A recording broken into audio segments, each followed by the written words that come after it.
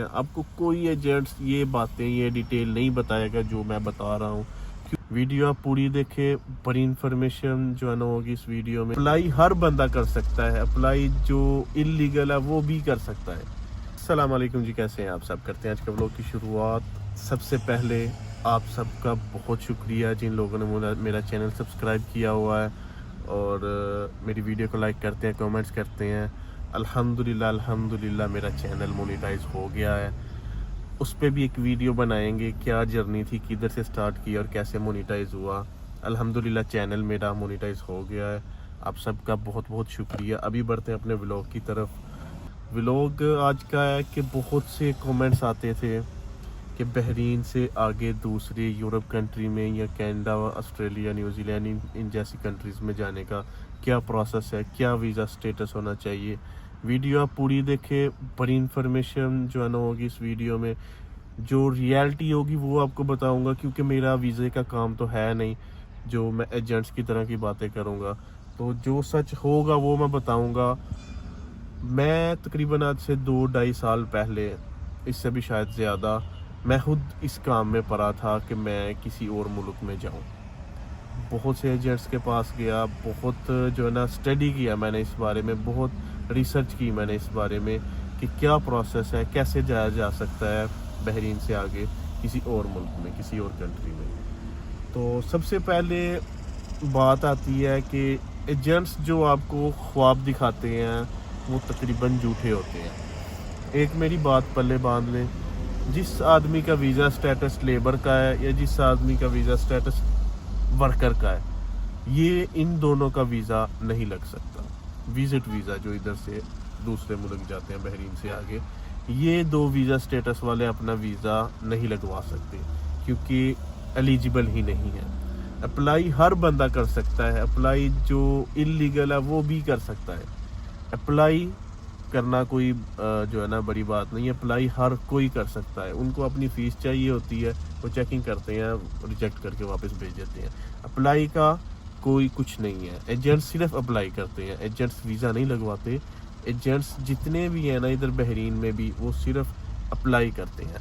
सबसे पहली बात होगी तो जिसका वीज़ा स्टेटस वर्कर का, जिसका वीज़ा स्टेटस लेबर का है, वो अप्लाई करेगा, कोई फ़ायदा नहीं, पैसे ज़ाया करेगा।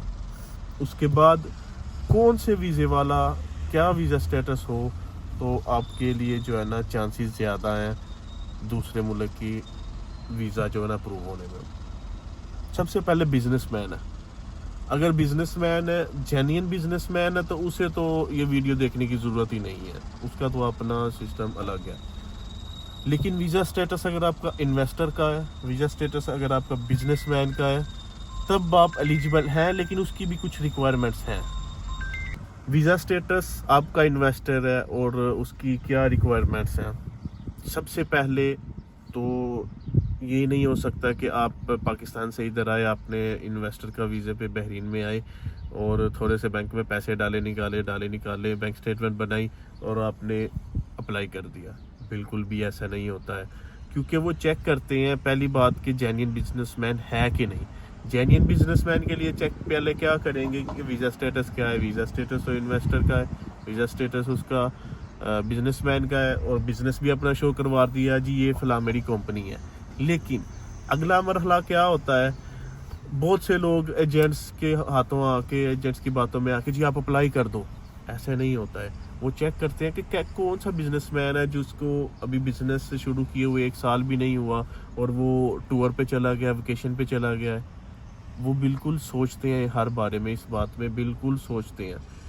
आप कभी भी पहले साल में अप्लाई मत करें। आपका इन्वेस्टर का वीज़ा है तो आप पहले साल में कभी भी अप्लाई नहीं करें। बेहतर है आप पहले साल अपनी बैंक स्टेटमेंट, अपना जो है ना बैंक का जो लेन देन है वो अच्छा रखें। उसके बाद आप साल 1.5 साल बाद जाके अगर अप्लाई करेंगे तो बेहतर रहेगा। और दूसरी चीज़ क्या है, दूसरी चीज़ है आपकी बैंक स्टेटमेंट। बैंक स्टेटमेंट बिल्कुल ओरिजिनल होनी चाहिए। ओरिजिनल से मुराद के ऐसे नहीं होना चाहिए आपने पैसे डाले निकाले, पैसे डाले निकाले, ऐसे नहीं है। आप देखिए अगर किसी के अकाउंट में पैसे आते हैं तो वो कैसे यूज़ करता है। अकाउंट में अगर आया 1000 रुपया उसको क्या यूज़ करेगा, उसमें से वो रेंट देगा, अपना अपना जो है ना ग्रोसरी के अखराजात करेगा, पेट्रोल के अखराजात करेगा, उसमें से अपना मोबाइल का रिचार्ज करेगा। यानी कि पूरे महीने में ये स्पेसिफिक जो अखराजात हैं वो होते रहेंगे।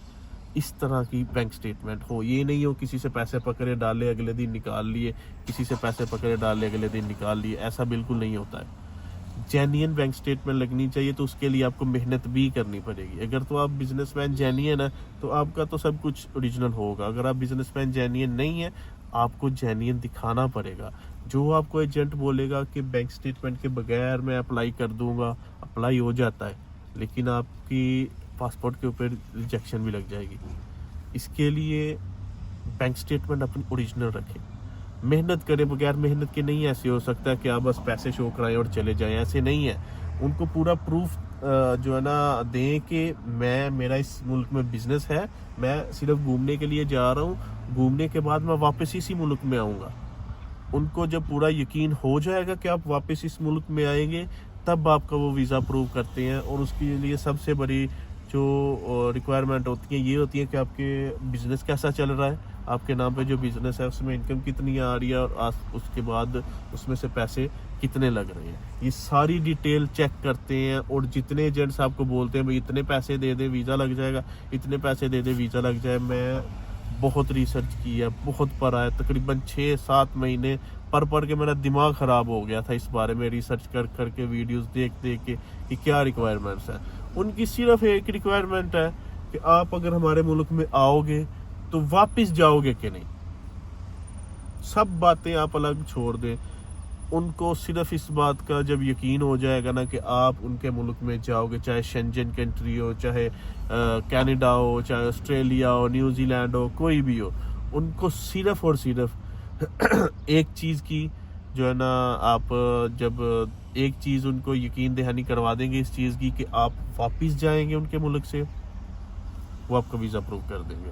तो उसके लिए एजेंट्स की बातों में आगे, एजेंट्स अपनी फीस लेगा, वो बोलेगा जी अप्लाई कर दो, 300 दिनार लगेगा वीज़ा लग गया, या 100 दिनार लगेगा वीज़ा लग गया, या 150 दिनार लगेगा वीज़ा लग गया। तो ना लगा तो आपके सिर्फ 50 दिनार वापस आएंगे, हम 50 दिनार कट करेंगे बस। मतलब अपनी फीस वो रख लेंगे, वो आपको बोलेंगे जी 500 दिनार फीस लेंगे अप्लाई करने की, तो अगर लग गया तो ठीक है, नहीं लगा तो आपको 400 दिनार वापस मिल जाएगा। मतलब अपने पैसे वो रख रहे हैं, आपका वीज़ा लगे नहीं लगे, आपके पासपोर्ट पे रिजेक्शन हो नहीं हो, सब अलग बात है। ये रही बात एक वीज़ा स्टेटस की, बिजनेसमैन इन्वेस्टर की। उसके बाद बढ़ते हैं कि कौन सा जो नौकरी पेशा लोग हैं जो अप्लाई कर सकते हैं।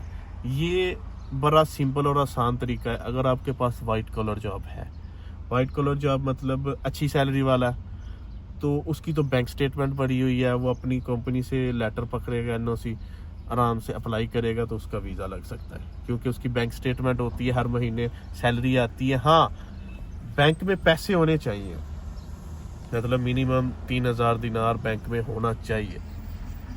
जो इधर जॉब करते हैं, जैसे कि आप देख लें गवर्नमेंट की जॉब करने वाले, पुलिस जॉब करने वाले, वो जब भी अप्लाई करते हैं उसी टाइम उनका वीज़ा लग जाता है। वो क्यों लग जाता है? क्योंकि उनको पता है ये अच्छी सैलरी ले रहे हैं इस मुल्क में, इनके पास पैसा है, इनको हर महीने सैलरी आ रही है, हर महीने ये यूज़ कर रहे हैं, अपने पाकिस्तान मुल्क भेज रहे हैं पैसे।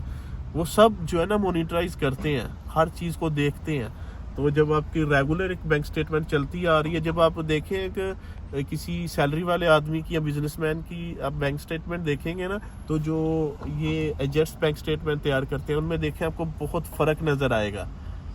जो ओरिजिनल बैंक स्टेटमेंट होगी उसमें ये भी होगा कि हर महीने इतने का तो ये पेट्रोल डलवा लेता है, इतने की ग्रोसरी हो जाती है इसकी, इतने का जो है ना ये अपने पे खर्च कर रहा है, इतना रेंट पे खर्च कर रहा है। लेकिन जो एजेंट्स बनाते हैं बैंक स्टेटमेंट, वो ऐसी नहीं होती है, क्योंकि वो ऐसी बन ही नहीं सकती। इसके लिए वो हर चीज़ मॉनिटाइज करते हैं। उसके बाद ये जो मतलब जिनकी पक्की जॉब्स लगी हुई हैं, अच्छी जॉब्स है, वाइट कॉलर जॉब्स है, उनकी बैंक स्टेटमेंट देखते हैं, उनको देखते हैं भाई इनका तो जॉब चल रही है अच्छी, तो ये जा सकते हैं।